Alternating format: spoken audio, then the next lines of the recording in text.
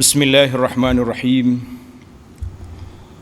Alhamdulillahi rabbil alamin, wassalatu wassalamu ala rasuli rabbil alamin, nabiyyina wa habibina wa qudwatina Muhammad ibn Abdullah wa ala alihi wa sahbihi wa man walah, amma ba'd. Alhamdulillah, para jemaah sekalian, kita teruskan bacaan kita dalam kitab Hikayatun Fiqhiyatun, Hikayat Fiqh. Hikayat kita yang ke-33, hikayat perbincangan di kalangan beberapa orang sahabat tentang solat sunat yang Nabi kita sallallahu alaihi wasallam lakukan selepas solat asar. Jadi peliklah kan, Nabi kita larang solat sunat lepas asar dengan lepas subuh, tiba-tiba dia buat. Maka menimbulkan perbincangan di kalangan para sahabat yang akhirnya terzahirlah hukum qada solat dibenarkan pada setiap waktu, tak ada waktu larangan. Nah, ini cerita kita ni. Cerita kitanya qada solat fardu ataupun solat sunat boleh kita buat pada waktu larangan. An Quraib anna ibn Abbas radhiyallahu anhuma wal Miswar bin Makhramah wa Abdurrahman bin Azhar radhiyallahu anhum arsaluhu ila Aisyah radhiyallahu anha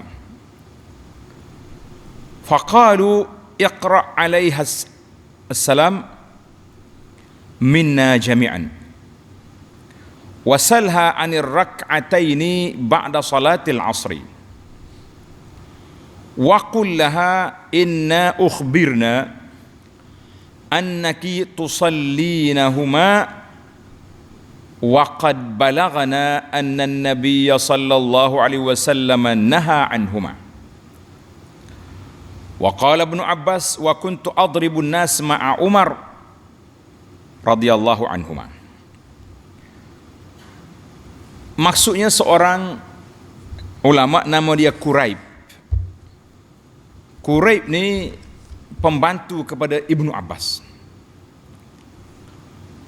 Quraib kata Ibnu Abbas, Miswar bin Makhramah, Abdurrahman bin Azhar, 3 orang ulama, sahabat-sahabat ni, sahabat belaka, radhiyallahu anhum, menghantarnya supaya pergi bertanya Sayyidah Aisyah radhiyallahu anha. Mereka kata, ya Quraib, sampaikan salam kami kepada Ummul Mukminin Aisyah, daripada kami semua salam. Tanya Ummul Mukminin, di manakah, apakah solat 2 rakaat yang dia buat selepas solat asar? Jadi dia orang ni dengar cerita Aisyah solat sunat lepas asar 2 rakaat.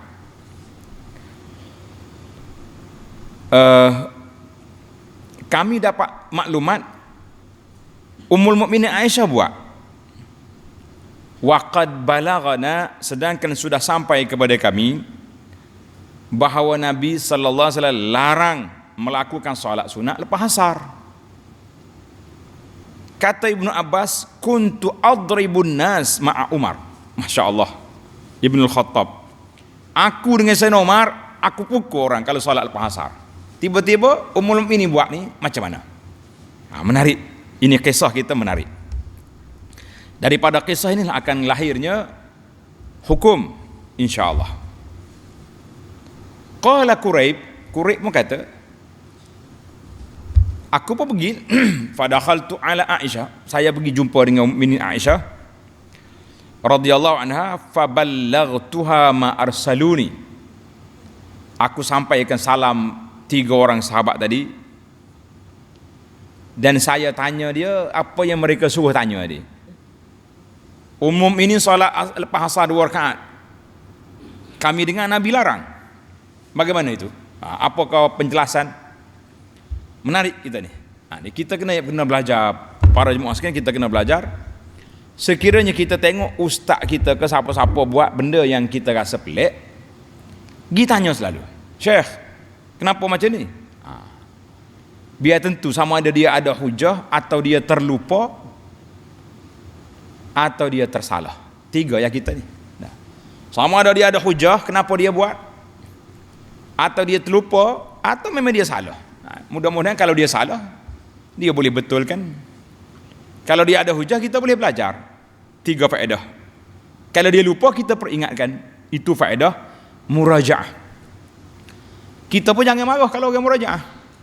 Allahu Akbar. Ana lah secara peribadi, terima kasihlah kepada sahabat-sahabat kita yang menegur atau memberi peringatan kepada beberapa perkara yang kita buat tidak kena. Kita rasa betul dah. Tapi bila ada sahabat cuik kita, Ustaz, bukankah gini-gini, kita murajaah balik, kita kata astagfirullah, pandangan saya belum ni tidak tepat.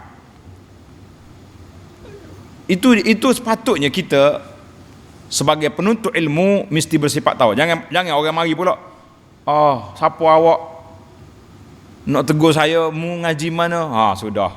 Tu dia panggil ustaz ataupun takabur, pergi cari orang lain lah. Kalau guru lagu tu sombong. Baik. Tengok ni Aisyah. Bila Quraib cerita, dia tak marah. Faqalat sal Umma Salamah. Masya Allah. Ini dia panggil tawadhu. Dia tak kata aku isteri Nabi yang paling disayangnya sekali, yang aku duduk dengan dia berapa tahun ngaji. Lah. Dia kata cerita ni Ummu Salamah lebih tahu. Ini dia panggil tawadhu. Sama-sama sahabat, sama-sama mukminin.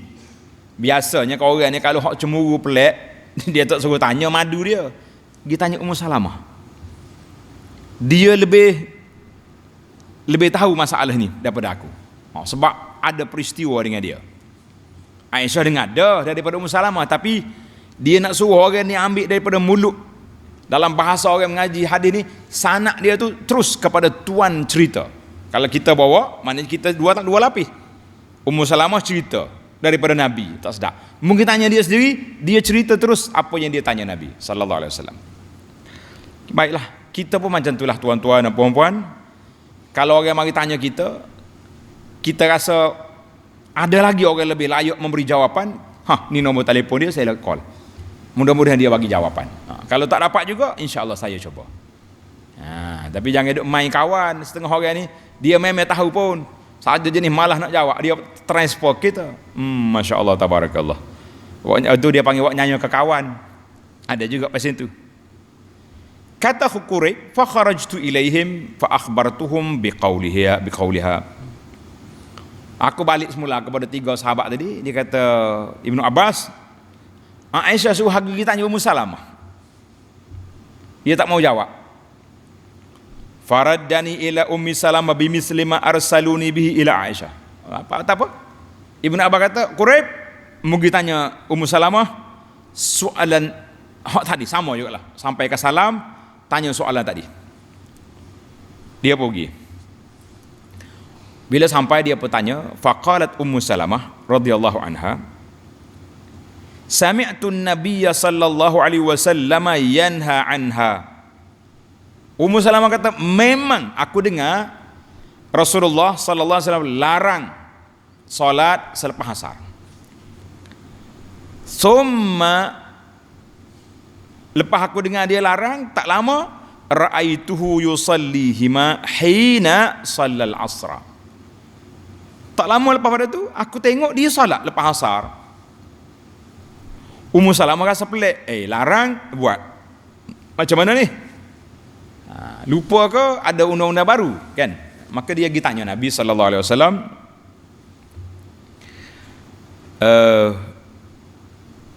sami'tu summa dakhala wa indi niswatun min Bani Haram minal Ansar. Nabi masuk rumah dia, ada beberapa wanita Bani Haram ni duduk di dekat Masjid 7. Itu dia panggil kampung Bani Haram. Fa arsaltu ilaihil jariyah. Aku pun, dia masuk, dia solat, Nabi solat. Aku pun hantar jariyah, hamba dia. Faqultu qumi bijambihi. Jariyah mugi dekat Nabi duduk solat, mugi sebelah dia, quli lahu, kata perlahan ya, taqulu laka Ummu Salamah,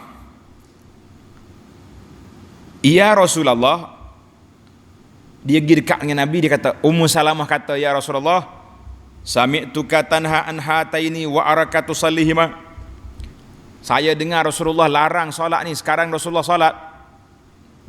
Kata dekat Nabi, fa in asyara bi yadihi fastakhiri anhu. Kalau Nabi isyarat apa-apa, mundurlah, mari sini. Fa fa'alatil jariyah pergi bisik dekat Nabi seperti yang diajar oleh Musa. Fa asyara bi yadihi, Nabi kita isyarat. Jariyah pun istakharat, undur balik ke belakang ke Ummu Salamah. Falamman sarafa qala, bila Nabi selesai daripada solat, Nabi kita bersabda, ya binta Abi Umayyah, hei anak Abu Umayyah. Ini dia panggil bahasa Arab, dia cakap lembut dengan orang, dia tak panggil nama, dia panggil ya, sama ada ummu ataupun ya binta anak Abi Umayyah. Sa'alti anir rak'ataini ba'dal asri, mu tanya aku tentang 2 rakaat lepas solat asar tadi ya. Itu soalan kamu. Wa innahu atani nasun min Abdul Qais, telah datang kepada aku beberapa rombongan daripada Abdul Qais, mari tanya soalan, mari minta benda-benda, bagi barang. Fasyagaluni anir rak'ataini allataini ba'da zuhri, mereka telah menyibukkan aku, tak sempat nak solat 2 rakaat lepas zuhur. Fahuma hatan, ya aku solat lepas asar ni qada hak lepas zuhur tadi. Jelas dah kita cerita, wadah. Hadis ini muttafaqun alaih, diriwayat oleh Bukhari dan Muslim, mana hadis sahih. Daripada kisah yang panjang ini terbitlah beberapa dilalatuha. Dalil dianya yang pertama, boleh kita qada salat sunat zuhur ba'diyah selepas solat asar. Boleh. Sama juga solat sunat qabliyah subuh selepas subuh. Contohnya kita mari masjid, kita mari bangun lewat sikit hari ni, kita nak solat sunat, orang dah qamat. Kita kena ingat, bila orang dah qamat, tak boleh lagi solat sunat, kan? Iza uqimatis salah fala salata ilal maktubah. Bila solat didirikan, solat jemaah, tidak ada lagi solat sunat.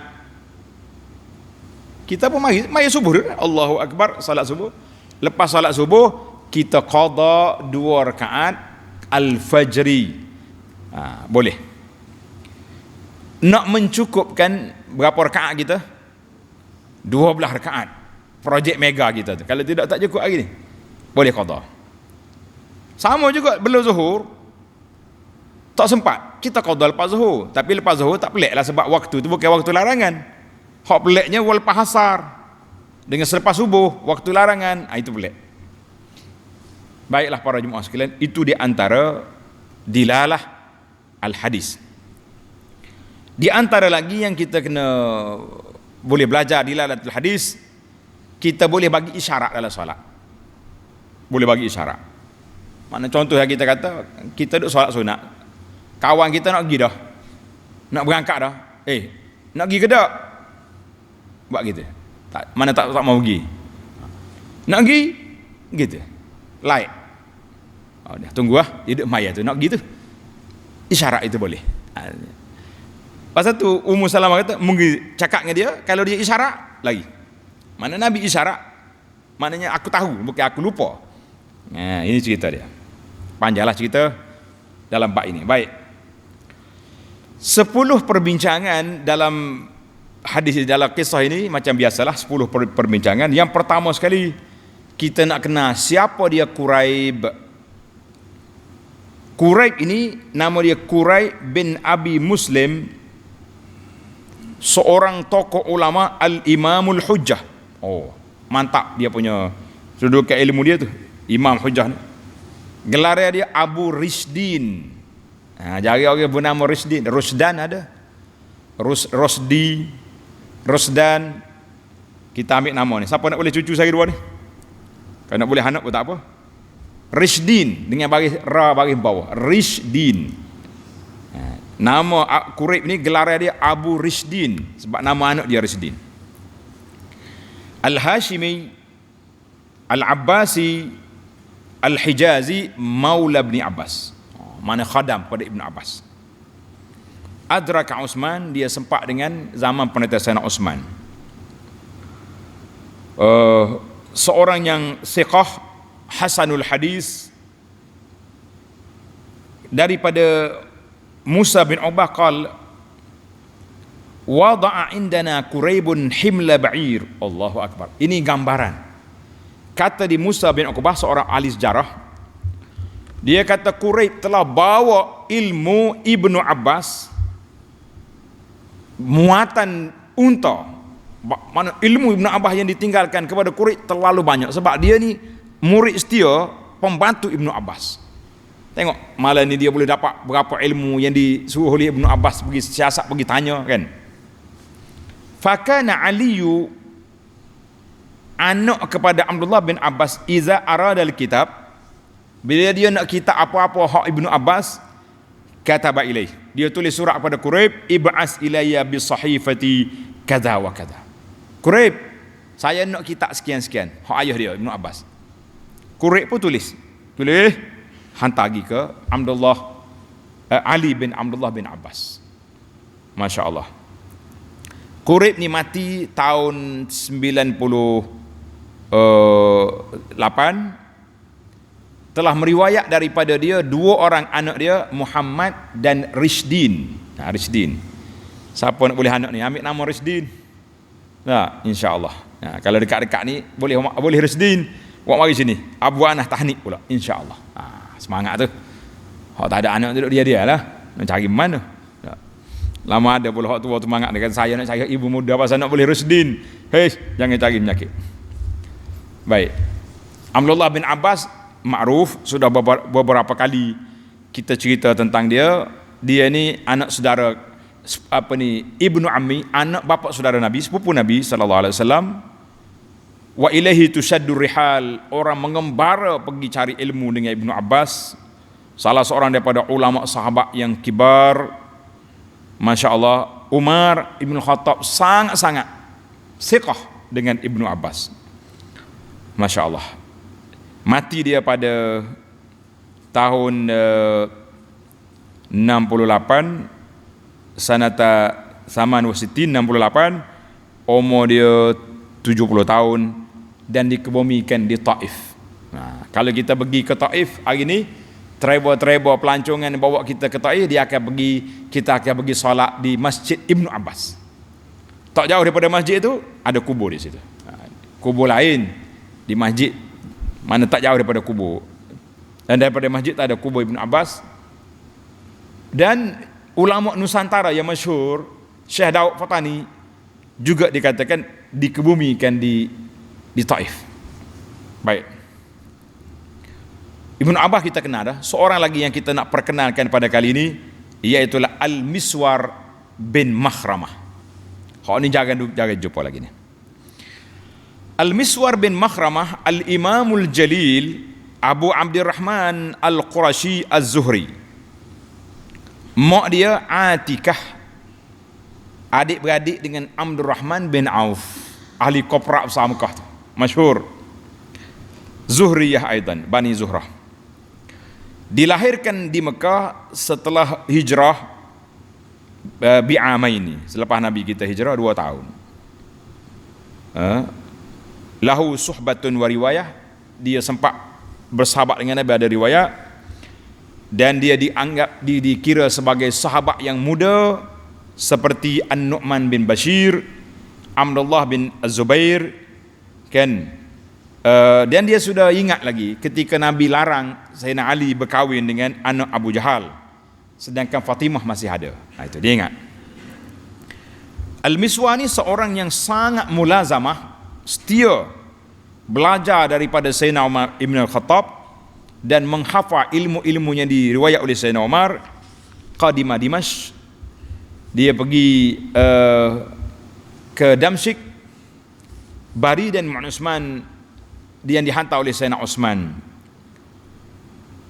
Kemudian dia mengambil sikap berkecuali, tak mau ikut Muawiyah wala orang lain. Yazid, di zaman Yazid dia berkecuali, tak masuk campur dengan fitnah yang berlaku pada waktu itu. Kata Yahya bin Ma'in, Miswar siqah. Kata dia anak dia Ummu Bakar, dia kata ayah dia ni sentiasa berpuasa. Subhanallah. Yasumud dahri, mana puasa je dia tu. Siangnya puasa, malamnya tahajud. Hari-hari dilarang puasa, tak boleh lah, tapi orang banyak puasa. Sawam. Wa kana idza qadima Makkah, dengar ni tuan-tuan pelik. Kalau dia pergi Mekah, dia akan tawaf mengikut bilangan hari hak dia tinggal Mekah berapa lama. Dia duduk Mekah, maknanya kalau contohnya dia duduk Mekah, dia sebulan dia pergi musafir, pergi perang ke. Bila dia balik, dia akan tawaf selama 30 kali. 30 kali sudah. 7. Sebab nak ganti hak dia tinggal Mekah 30 hari. Kita kata masya-Allah. Itu ijtihad daripada dia, bukan sunnah daripada Nabi, tapi nak cerita dia tu kuat. Ibnu Zubair tidak akan buat satu-satu perkara kecuali mendapat nasihat daripada Miswar di Mekah. Ketika Ibnu Zubair dikepung oleh tentera Yazid, Miswar sekali dengan dia, waktu dia bom menjanit ni orang panggil dengan apa ni, alat tembok dengan batu ni, ala ke Kaabah tu, batu terkena pipi Miswar, patah tulang dia, dan dia mati selepas 5 hari sakit. Hari dia mati, hari itulah matinya Yazid. Allahu Akbar. Maka orang-orang Syam bai'ah kepada Ibnu Zubair. Tapi Miswar sudah mati. Ibnu Zubair solat ke atas Miswar dan dibawa, dikebumikan di perkuburan Al-Hujun, ataupun dikenali dengan nama Ma'la sekarang ni, Al-Hujun, pada awal Rabiul Awal tahun 64. Umur dia 62 tahun. Baiklah, itu di antara orang yang kita. Seorang lagi sahabat, nama dia Abdurrahman bin Azhar bin Auf Az-Zuhri. Zuhri ni Bani Zuhrah, sama kabilah dia belakang. Digelari dengan nama Aba Jubair dan dikenal dengan nama Abu Jabir. Dia ni anak saudara kepada Abdurrahman bin Auf. Jadi anak-anak dia mak ni. Dia sempat menghadiri peperangan Hunain dan umur dia sebaya dengan Abdullah bin Abbas. Dia sempat hidup sampai kepada fitnah yang berlaku zaman Ibnu Zubair. Kata di Ibnu Mandah, dia mati dalam peperangan Harrah pada tahun 63 Hijrah di Madinah, dibunuh oleh tentera Yazid. Allahu Akbar. Kalau kita pergi Madinah sekarang ni, dalam perkuburan Baqi' ada satu ruang dia panggil Syuhada Harrah. Inilah cerita ni berlaku pada tahun 63. Adapun ibu kita ni Aisyah, masyhur. Aisyah transfer ataupun tahwil fatwa ini kepada Ummu Salamah. Ummu Salamah ni kita dah dengar dah nama dia, Ummul Mukminin Hindun binti Abi Umayyah. Ingat dah, kalau nama Ummu Salamah, nama dia Hindun. Sebab itu ana namakan dua bangunan kita ni, dua bangunan sakan hak kita buat ni. Satu, sakan Siti Khadijah, sebab itu ibu kita yang pertama, Khadijah. Hak yang kedua Ummu Salamah. Ni siapa dia Ummu Salamah, dia kena tuan dia nama Hindun binti Abi Umayyah bin Al-Mughirah Al-Makhzumiyah, Bani Makhzum. Dia ni anak saudara kepada bintu ammi Khalid bin Walid. Maknanya sepupu dia Khalid bin Walid, orang hebat belaka tu. Anak saudara kepada Abu Jahal. bintu anak bapa saudara Abu Jahal, sepupu juga. Dia sepupu dengan Abu Jahal, dia sepupu dengan Khalid. Pasal itulah Ummu Salamah ni orang kental, orang jiwa yang kata orang berapi, dia punya jiwa kuat. Sebab tengok ni, kabilah dia tu orang debel saja tu. Khalid bin Walid ni siapa tak kenal? Dah, mendiang Abu Jahal siapa tak kenal? Kenal belaka, orang hebat. Allahu akbar. Dia ni termasuk dalam muhajirat al-awwal, yang terawal hijrah. Kanat qabla Nabi, sebelum kahwin dengan Nabi, dia kahwin dengan Abu Salamah bin Abdul Asad al-Makhzumi. Abu Salamah ni inda akhihi minar rada'ah, adik-beradik susu Nabi. Masya Allah. Seorang laki-laki yang soleh, maka dia dapat anak Salamah, Umar dan Durrah. Siapa dia nak boleh anak perempuan pun nama Durrah. Laki-laki nama siapa tadi? Rishdin kan. Bila Abu Salamah mati, Ummu Salamah pun berdoa dengan doa Nabi kita ajar. Ni dalam kitab kita ni Perisai Muslim sudah ada doa. Bila kita kena musibah, kita kata inna lillahi wa inna ilaihi rajiun. Allahumma ajurni fi musibati wa akhlifni khairan minha. Ya Allah, gantikanlah, berilah pahala kepada musibah kematian suami ini, ganti aku yang lebih baik daripada dia.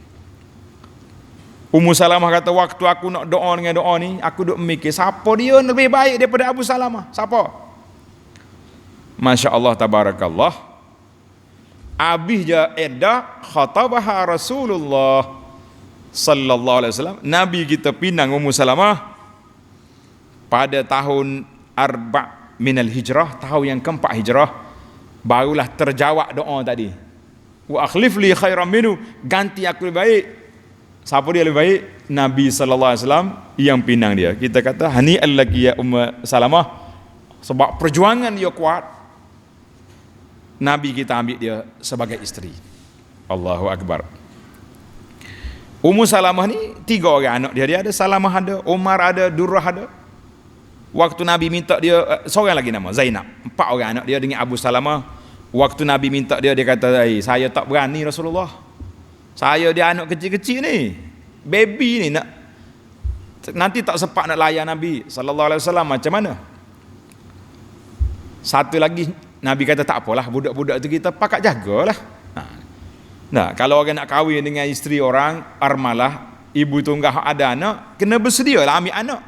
Ni ada setengah ni, anak aku tak semak nak. Ya, sedak ke dia. Habis anak dia we ke nenek dia. Oh lah, nenek nak duk pondok pun tak boleh jaga cucu pula dah. Jaga apa lah kita. Nak ambil sekali dengan anak-anak. Baru betul. Dia kata saya nak ikut Nabi, ni ikut Nabi sekali dengan anak ambil. Ni ada setengah orang ni terbalik pula. Dia kata kita nak tolong anak yatim. Jawab dia kawan dia, kalau tolong sekali dengan mak yatim tu kau comel pula. Saya kerja belakang. Ummu Salamah kata, ya Rasulullah, satu lagi penyakit saya ni cemburu. Tak boleh ni ramai-ramai gini ni, isteri Nabi ramai dah.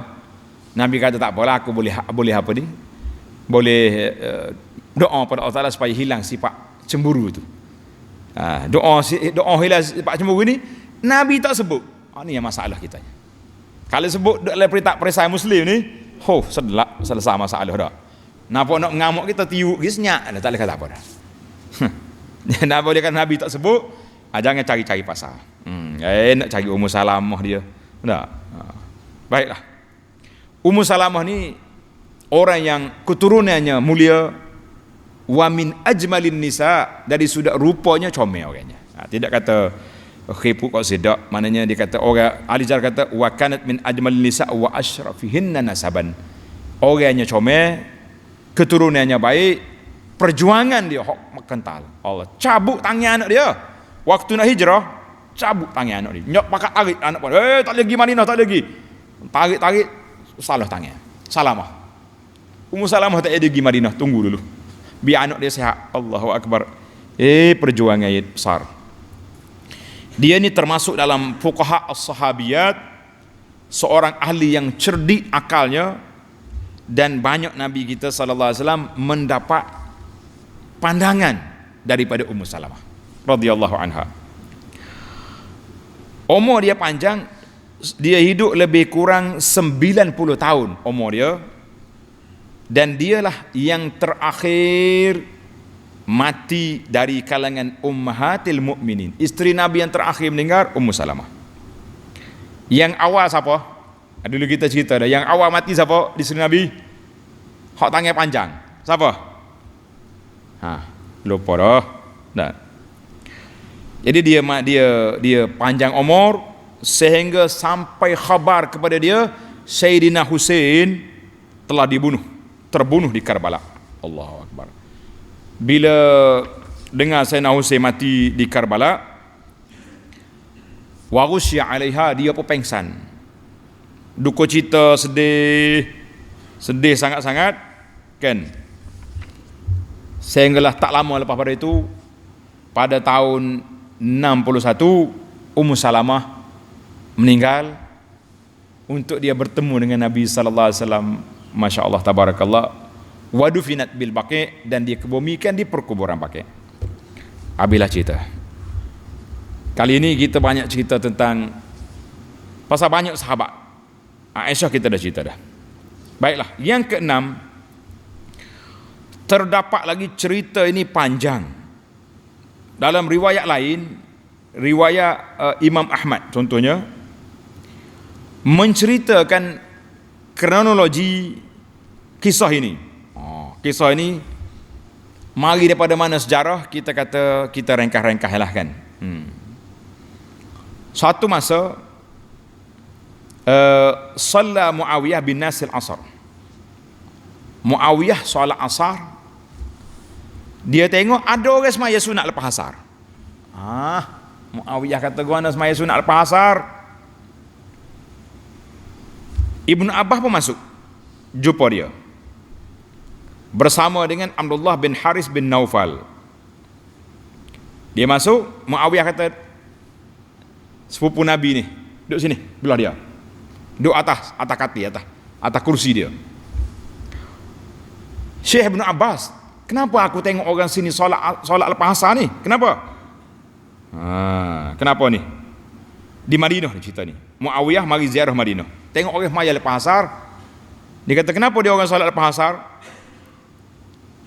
Sedangkan aku tak tengok, Muawiyah ni sahabat, aku tak tengok Nabi solat lepas asar. Qala zaka ma yuftihim ibn Zubair. Dia kata puncanya Abdullah bin Zubair telah mengeluarkan fatwa boleh solat lepas asar. Sudah. Ibnu Zubair masuk dalam majlis Muawiyah. Dia bertanya, ya Ibn Zubair, kenapa orang Madinah ni ramai solat lepas asar? Kenapa? Aku tak tengok Nabi kita solat. Ibnu Zubair kata, makcik aku Aisyah. Kan mak saudara dia Aisyah tu. Dia kata Rasulullah sallallahu alaihi wasallam solat lepas asar di rumah dia. Sudah. Jadi akhirnya Muawiyah suruh orang pergi tanya Aisyah. Aisyah kata, Ibnu Zubair tak ingat tu. Aku cerita Nabi kita solat di rumah dia. Kan? Sebab apa? Bila ditanya, Nabi kata aku ni telah sibuk dengan Wafd Abdul Qais, mari aku tak ada nak solat lepas zuhur. Ba'diyah zuhur aku solat lepas asar, ganti. Jadi aku gigi nak solat asar bila ada qamat dah. Jadi aku tak maulah nak tangguhkan solat, jadi aku solat asar dulu, sekarang ni aku ganti. Jadi jelas adalah Aisyah betul balik apa yang telah difatwa oleh Ibnu Zubair. Tapi Ibnu Zubair kata, bukankah Nabi solat? Kalau solat mana boleh? Mana dia mempertahankan hujah dia. Kata di Muawiyah, innaka la mukhalifun. Ibnu Zubair suka menyalahi pandangan ramai. Abilah cerita. Yang pentingnya hikayat ni panjang. Yang ketujuh, Ummu Salamah radhiyallahu anha menceritakan kepada kita bahawa Nabi larang solat sunat lepas asar. Kebanyakan sahabatnya berpegang dengan pandangan itu. Sebab itulah Ibnu Abbas Dengan Sayyidina Umar, dia tengok orang solat lepas asar, dia pukul. Hei, solat apa ni? Tak ada solat sunat lepas asar. Demikian juga Muawiyah larang orang solat lepas asar. Jadi Aisyah radhiyallahu anha mengatakan bahawa ini, dengar ni cerita Siti Aisyah. Nabi SAW bila dia buat satu perkara, dia mula solat sunat, dia tak boleh tinggal dah. Hari-hari dia kena buat dah. Itu khas untuk Nabi sallallahu alaihi wasallam. Asalnya dia qada lepas zuhur je. Tapi bila dia buat, dawama alaih. Dia boleh teruskan. Maka kata di para ulama, itu khas untuk Nabi. Kita kalau buat sekali itu sudahlah. Jangan esok maya pula. Kenapa?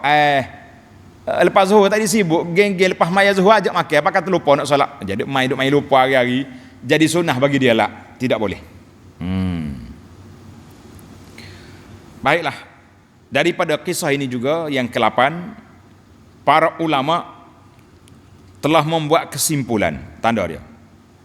Membuat kesimpulan bahawa tak boleh kita solat sunat saja-saja lepas solat asar dan juga lepas solat subuh, kecuali solat bersebab.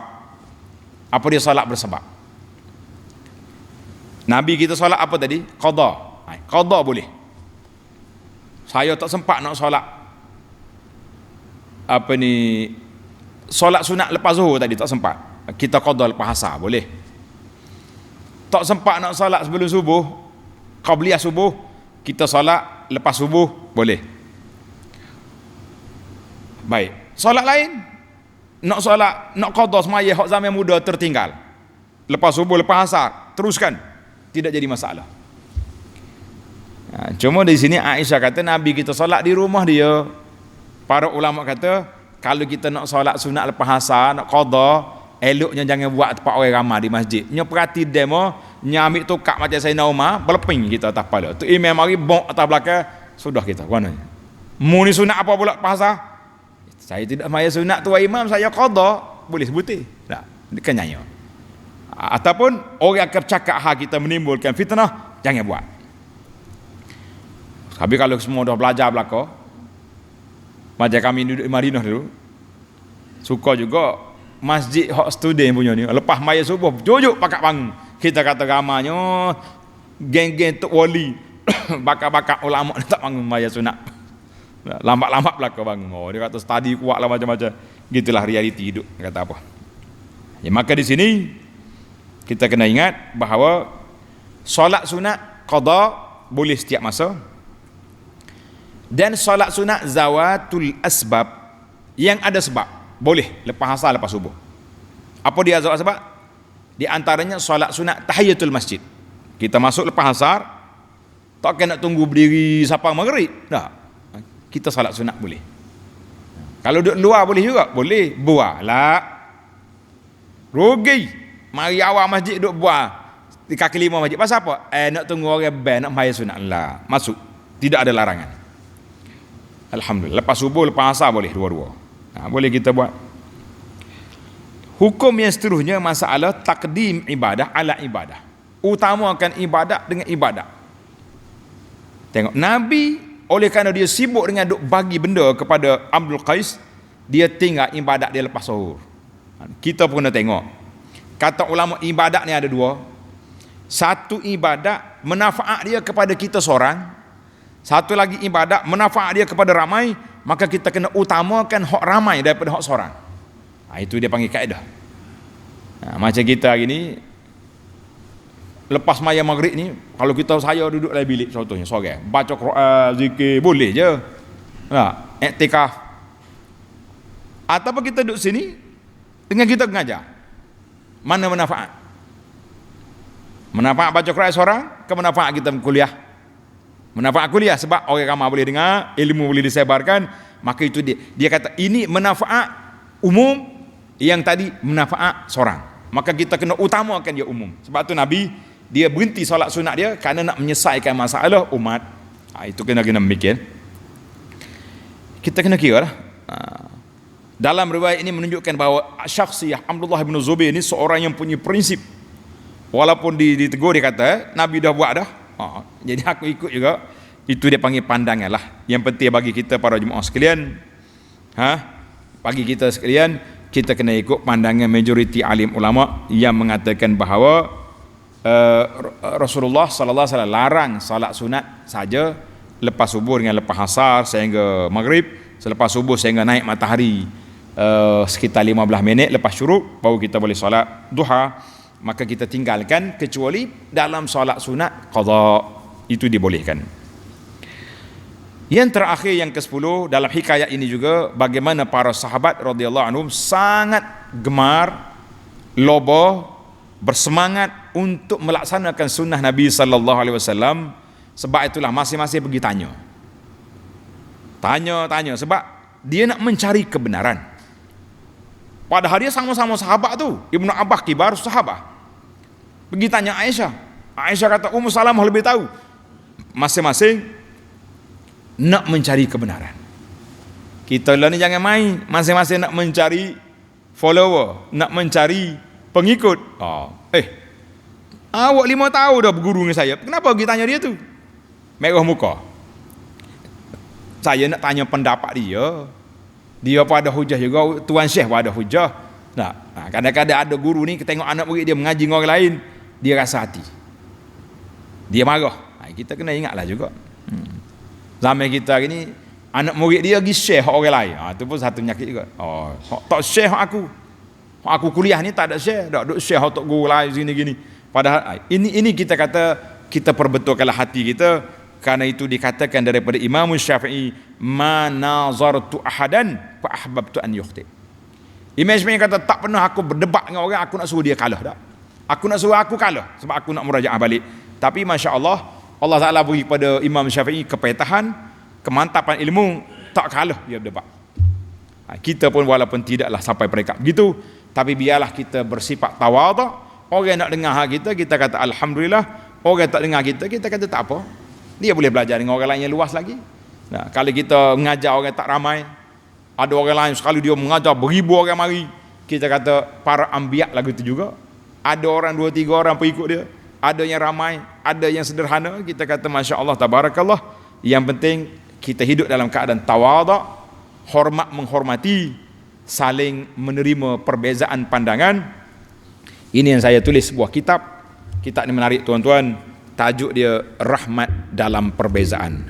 Rahmat dalam Perbezaan. Kalau boleh baca buku ni, insya-Allah kita cuba nak harmonikan masyarakat kita ni daripada duk berkelahi. Benda-benda kecil-kecil furuk kelahi. Saya dulu semaya belakang ustaz tu. Sakat saya tengok dia tak sapu muka lepas maya, tak ikut dah. Subhanallah. Sapu muka tak sapu muka bukannya masuk dalam rukun solat, tak masuk dalam sah tak sah solat. Dia tak sapu muka. Besar kesalahan dianya. Subhanallah. Jadi kita kadang-kadang kecil sangat benda berkelahi. Tengok bagaimana para sahabat masing-masing tolak menolak dalam memberi jawapan, mengeluarkan fatwa.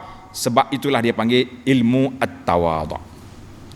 Kata di dalam hadis, man tawadha'a lillah rafa'ahullah. Siapa bersifat tawadhu', Allah angkat darjat dia, insya-Allah. Istilah orang kampung ni tidak hilang bisa ular menyusu akar. Kalau mana dia punya kata. Mana ular kalau dia congok kepala gitu nyepok dia mau. Tapi kalau dia main nyelik ke bawah, payah nak ingat. Dia main kaitan dulu lah, popok bombol ni nak boleh ingat dia dah. Mana kita kalau nak akak kepala sama tu, sekali orang catah tak jawab dah lah. Berasa pandai sangat. Jangan. Baiklah para jemaah sekalian, tamatlah kita. Alhamdulillah, sambil-sambil kita duk ber-PKP, PKPB, PKPP, khatam. Jilid yang pertama dalam kitab kita ni ada lagi 2 riwayat yang dari sudut sanad dia mursal dia dan tak ambil, kita ambil yang senang-senang lah. Ulama hadis kata sahih sedap. Sebab anak nak sampaikan, nak perdengarkan dalam telinga masyarakat ni kisah-kisah yang sahih, insya-Allah. Alhamdulillah. Subhanakallahumma bihamdika asyhadu an la ilaha illa anta astaghfiruka wa atubu ilaih. Wa sallallahu ala nabiyyina Muhammad wa ala alihi wa sahbihi ajma'in walhamdulillahi rabbil alamin. Wassalamu alaikum warahmatullahi wabarakatuh.